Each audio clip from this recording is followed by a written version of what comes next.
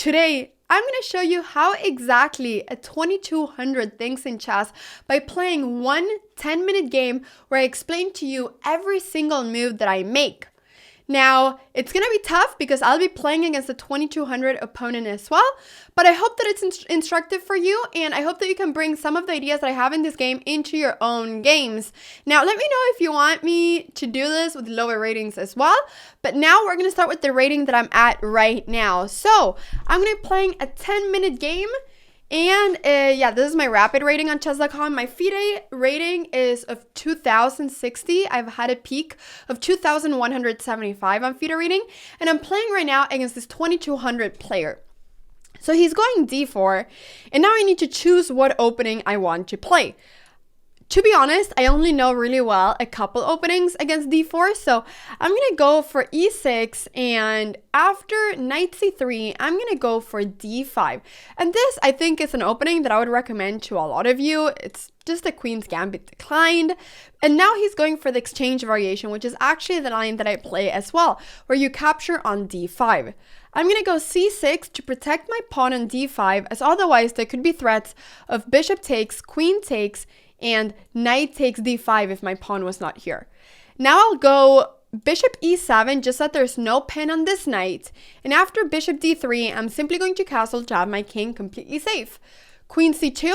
Now my opponent has a threat of going bishop takes knight, bishop takes bishop, and then bishop takes h7, as we can see that this knight is the only piece defending from this, defending this pawn. So I'm going to go h6 and defend the pawn. I'm threatening now the bishop. And now that my pawn is defended, it's time for me to figure out how I want to get my other pieces out, as I still have a bishop and a knight that I need to develop. I'm going to go bishop e6 and then knight d7. And now I've finally completed all my development. We're soon entering the middle game. So now that it's starting to become the middle game, I need to first, before anything else, get my rooks and get a good spot for my queen. And these are all ideas that are pretty typical to the opening. If you play any other opening and you try to learn that opening, I think that the main thing is of why it can be good to know some opening ideas is that it makes you understand the middle games a little bit better. And now I'm very surprised about this move. My opponent just went b4. And this, I think his idea is to go b5. And you sometimes want to go for moves like this because one of the main ideas for white is to expand on the queen side. And what I mean with expanding on the queen side is that one of the main ideas is to start pushing the pawns on the queen side and try to exchange a few of them for some of my pawns to open up some files and get a few of my pawns weaker. But in this position, my opponent is just simply giving me a pawn for free. Now, whenever your opponent gives you something for free, before you take it, you need to really take a moment and say, why did my opponent do it? Because if you're the same rating and your opponent does something, there must be a reason for it. I mean, it's very rarely that he will just do something completely randomly. So I think his idea is that if bishop takes b4, I think he wants to go rook b1. He wants to threaten my bishop so that when my bishop moves, he wants to capture this pawn on b7. But so I'm going to say, okay, after this, and this is now the critical line because it's the line that could give me the most advantage if it worked out well. I need to say, okay, what if I would go a5 to protect my bishop? Okay, then maybe there would be a3. But then all of a sudden, I'd be able to win another pawn. And yes, I mean, I'd lose this pawn, but I'd still have, I would still have won another pawn. So I'm not seeing why I cannot take this. In the worst case, I could also capture this knight and then simply defend. And even though I lose my bishop pair, I believe that this is, it's a full pawn. I don't think it's enough for him. So I'm going to go ahead and capture on b4. Let's go ahead and see what they play. So rook b1. And now I need to make the choice. Because he took this rook, it means that there's no... If they would go a3, I wouldn't be able to capture it. So now I either have the choice of going a5 and allowing this, or of simply moving my bishop, or of taking here. Now if I go a5, my pawn on a5 is going to become weaker because the more you push your pawns, the weaker they become, as pawns can never go back. So I don't want to push a pawn if I don't have to. Now, I don't like the idea of allowing rook takes pawn here, because then this pawn would lose its defender. And this pawn would become weak and the rook would become very active. So I'm going to go ahead and capture this knight. And then after this, I'm just simply going to defend my pawn. And now I have the idea of going c5 and expanding one, my c pawn, which is a weak pawn, but two, I also have the idea of opening up here. So bishop a6 is a move that makes a lot of sense, and I actually missed this move, if I'm going to be completely honest. So now we need to think, because if I go rook b8, then my opponent might have bishop f3, threatening my rook. But if rook b8, my opponent might also have queen takes pawn, and this could be a pawn that I've lost. If I go rook c7, my opponent might have this move. So the only thing that I'm seeing right now is for me to at some point bring my knight up to e4, which seems like it's losing my queen, but it's also threatening their queen. And for me to sort of try to stop my opponent from going bishop here. So I want to defend my rook, but I'm seeing, and also if I go rook a8, I mean, one, I'm losing this pawn, but there's also bishop here. So the only move that doesn't lose this pawn, and I don't want to lose this pawn, is rook c7. But then the most critical line becomes for my opponent to threaten my rook again. Bishop here. Now I'm going to go knight e4, threatening the bishop and the queen. If the queen moves, I'll take here, and I don't have any problem. So this, and this. And now bishop takes rook. I'm constantly just analyzing the most critical lines, what I believe is the most forcing line. I'm not looking at all the other stuff because that's too random. So takes and takes and takes and takes. And I'm coming to the realization that I can actually go rook here and go here. That is what I'm realizing. So I calculated this and I ended up liking this. So bishop here, this is the most critical line, and I don't want to spend time thinking about, what happens if I do a bunch of other stuff, because I need to have a clear line of thoughts when I'm thinking in chess. And that's one of the most important things. And constantly when your opponent is attacking you, you need to find a way of solving that attack and saying, okay, what is my opponent's plan and how do I try to solve it? You always need to keep that in mind when you're calculating. So the bishop goes back here, and now the line that I've calculated, which now I'm really hoping works, is for me to go knight e4, threatening both the queen, but also the bishop, which is the attacker in this position. Now my opponent takes one rook, but my plan here is that I'm able to take this rook, this queen, and after my opponent takes my queen, I'm going to be able to take their rook. So now it's equal material, we can see, and this is what I calculated. And now if my opponent takes my knight, then I'll be able to take their bishop. So instead, we have this move bishop e7, which simply threatens my rook. Now, I've come to realize that it might be so that the bishop goes over here to try to take away all the different squares my knight can go to. This might very well be a move that my opponent does, and we can see that this ends up being the move that they do. Now I need to be careful, because if I lose this knight, I'm going to be a full piece down. So I really need to think in this moment, and it's important to understand what moments you want to think in.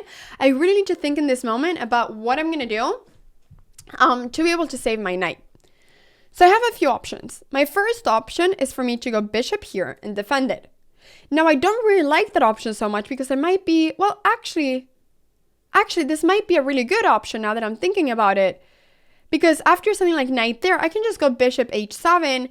And actually my knight over here, even though it looks very strange, it's hard for my opponent to attack it, because there's no other rook, there's no queen, and this bishop cannot really attack it. And now I'm actually also kind of trapping the rook. My other option is to go c5. But the reason I don't like it is because if my opponent then takes my knight, if I take their bishop, they're going to be able to take my pawn. So I'm going to go bishop here. And I'm now simply defending my knight.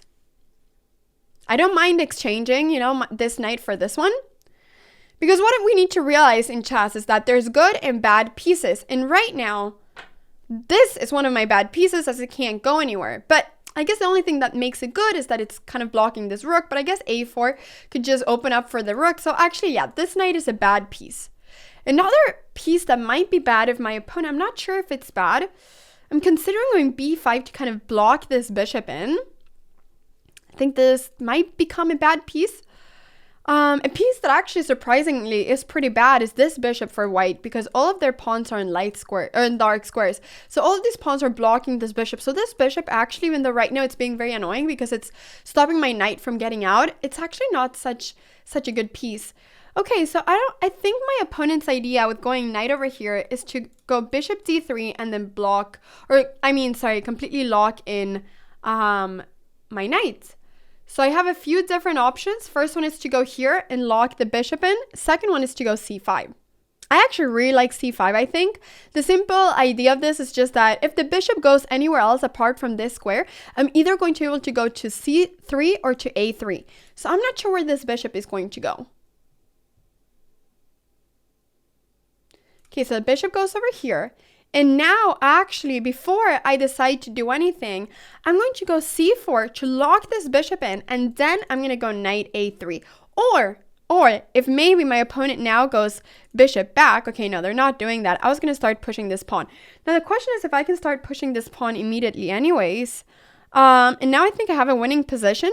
I need to be careful because the knight can go up to this square. And I need to take a moment to think, and I need to very profoundly analyze what happens if I just start pushing. In fact, I'm coming to a realization that I now have time to just start pushing, and I don't see what my opponent can do to stop this pawn from promoting. As we can see, I've completely locked in this rook.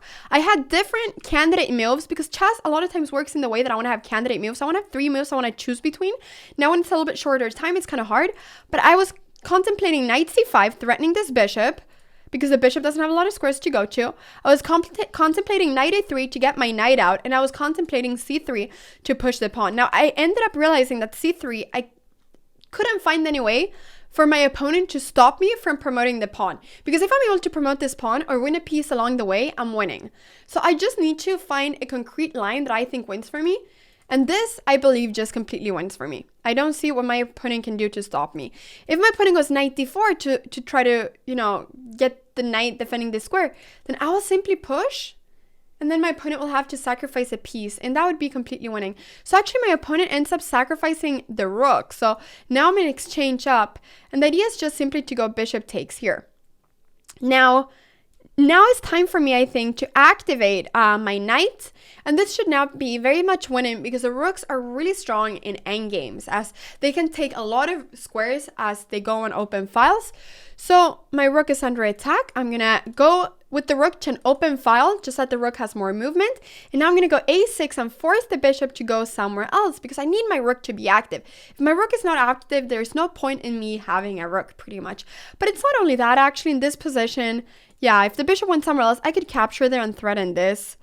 So that would be really bad. So in this position, I'm just simply going to go bishop back here. I'm defending this pawn, but I'm also threatening right now almost a checkmate. I mean, we can see that my opponent has a lot of back rank issues. So we have this move, stopping my checkmates, and I need to now play pretty fast. I'm going to start by going rook b6 and simply threatening this bishop. And now if takes, I have a back rank checkmate, so my opponent cannot do that. I'm actually also considering going knight b3 just to simply, I really want to get this knight out of here, but first and foremost, I'm just threatening this bishop because I don't know where this bishop can go to. If the bishop goes to a8, I'm going to be taking this pawn. So the bishop needs to go somewhere that protects the pawn or not, but now I can just simply capture here. Knight takes here is still not possible because I have the back rank checkmate. And after the bishop moves somewhere, I mean, the bishop will be letting go of some squares. And in this position, I'm going to go rook b8 back with the idea of threatening the bishop. The bishop has to pretty much go back to c6. And let's go ahead and see.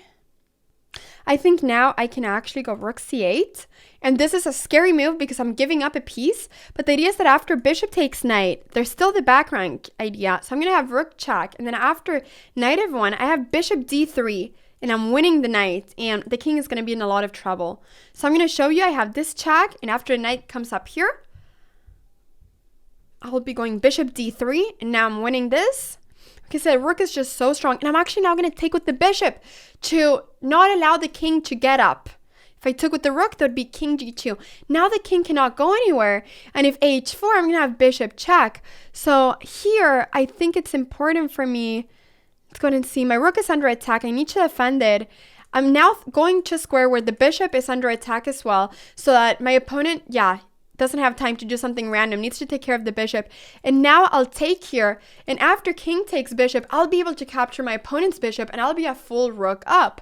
So this will now be very simply winning, as I will simply be pushing this pawn into promotion. So this a pawn will be winning the game. So what are some things that you can take from this game? I'm actually also going to go ahead and look for a little game review. I want to see what my accuracy was.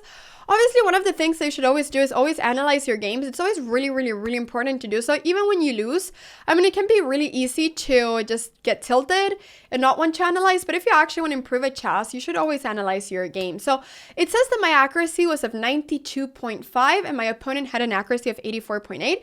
So it was a pretty good game.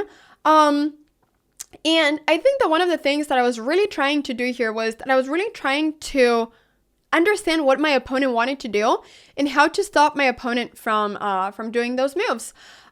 So in this position, I was playing well, and I was playing well all the way up till here. But in this position, I made a mistake by going c4. This was apparently a blunder, which I didn't realize that this was a blunder. I thought this was a great move because I was locking in the bishop, and this was actually the only blunder that I did in the whole game. Actually, in this position, this is a blunder apparently because my opponent can go for this crazy move, g4, threatening my bishop. And after bishop here, there's bishop b5, and there's a pin. There is a pin, and I didn't realize that this was so strong because after rook e7, there is bishop b4, and my rook is under attack, and I'm actually losing material. So that was the only mistake that I did in the game. And so now I'm going to say, okay, so this was the mistake. I've learned a lesson. These two bishops were really strong, and I've learned the lesson that I needed to really take care of this pin, and it was sort of a pattern that I hadn't really seen before that I didn't think about during the game. In this position, I would have had a fantastic position if I just went rook b8. Is now I'm, stopping the bishop from going back, and then I can go c4. So yeah, but my opponent missed it. I mean, after I went c4, my opponent just simply went knight f3, which was also a blunder, and then c3 was just winning. So I hope that you guys found this video instructive. Hopefully you were able to catch a thing or two. I've done these sort of videos for lower ratings, but let me know if you want to see more of those. I love talking through my chess games. Like and subscribe if you enjoy this sort of content, and thank you guys so much for watching the video.